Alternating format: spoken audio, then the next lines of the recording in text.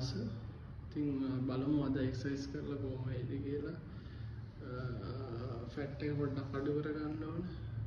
මම ඊයේත් වීඩියෝ එකක් දැම්මා මේ ඒකත් එක්ක අද බලමු කොහොමද මේ අපේ ෆිට්නස් එක මේන්ටේන් කරගන්න කියලා. ෆැට් බර්න් කොහොමද අඩු කරන්න ඕනේ. ඒකේ තියෙන අනවශ්‍ය මේද කොටස් වෙන කරලා පොඩ්ඩක් කට් කරගන්න. try එකක් දෙමු.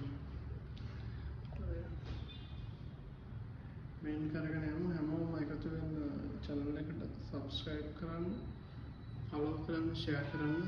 අපි හැමෝම එකතු වෙලා සියලු දෙනාම මේන්ටේන් කරගමු අපේ ඇඟවල්. මොකද වර වෙලා තියෙන ඇඟවල්. ඒක නිසා හැමෝම ෆිට්නස් එක තියාගෙන ලෙඩ දුක නැතුව කරදර නැතුව